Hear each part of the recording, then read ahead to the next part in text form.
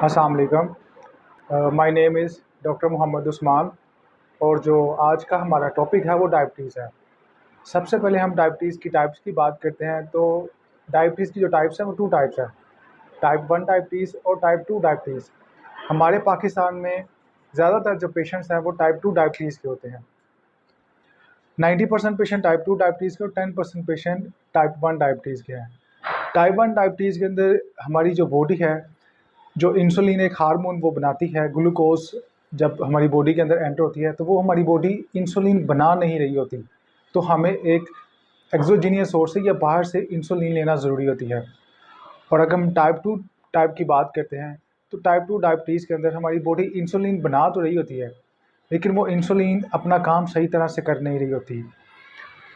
उसमें हमें oral tablets भी दी जाती हैं और अगर पेशेंट ओरल टैबलेट पे रिस्पॉन्ड ना करे तो हमें साथ इंसुलिन भी देना पड़ती है पेशेंट को। डायबिटीज़ से पहले प्री डायबिटीज़ की एक पेशेंट की कंडीशन होती है, क्योंकि जब पेशेंट डायबिटीज़ के अंदर जाता है तो उससे पहले एक प्री डायबिटीज़ की कंडीशन पेशेंट में आती है, जिससे वो पेशेंट टाइप 2 डायबिटीज़ की में जाता है। अगर हम प्री डायबिटीज़ की बात करें तो उसमें पेशेंट, क्योंकि जो हमारी बॉडी ग्लूकोज बनाती है वो सबसे पहले लीवर के अंदर स्टोर होता है, लीवर के बाद हमारे जो फैट सेल्स हैं उसमें वो बॉडी स्टोर करती है।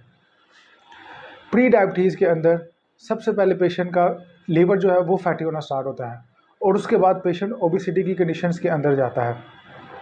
ठीक है, आप देखेंगे कि जो डायबिटीज़ के पेशेंट्स होते हैं उनकी तोंद निकली होती है, उनका लीवर फैटी होगा, ये प्री डायबिटीज़ की कंडीशंस हैं।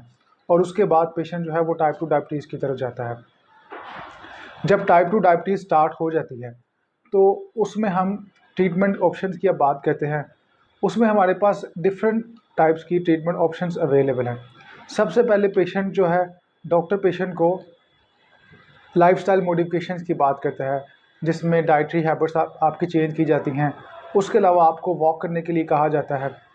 अगर फिर भी पेशेंट की जो ग्लूकोज है वो कंट्रोल में नहीं है तो सबसे पहले हम मेटफॉर्मिन हम पेशेंट्स को देते हैं, ताकि पेशेंट की जो ग्लूकोज है वो कंट्रोल की जा सके।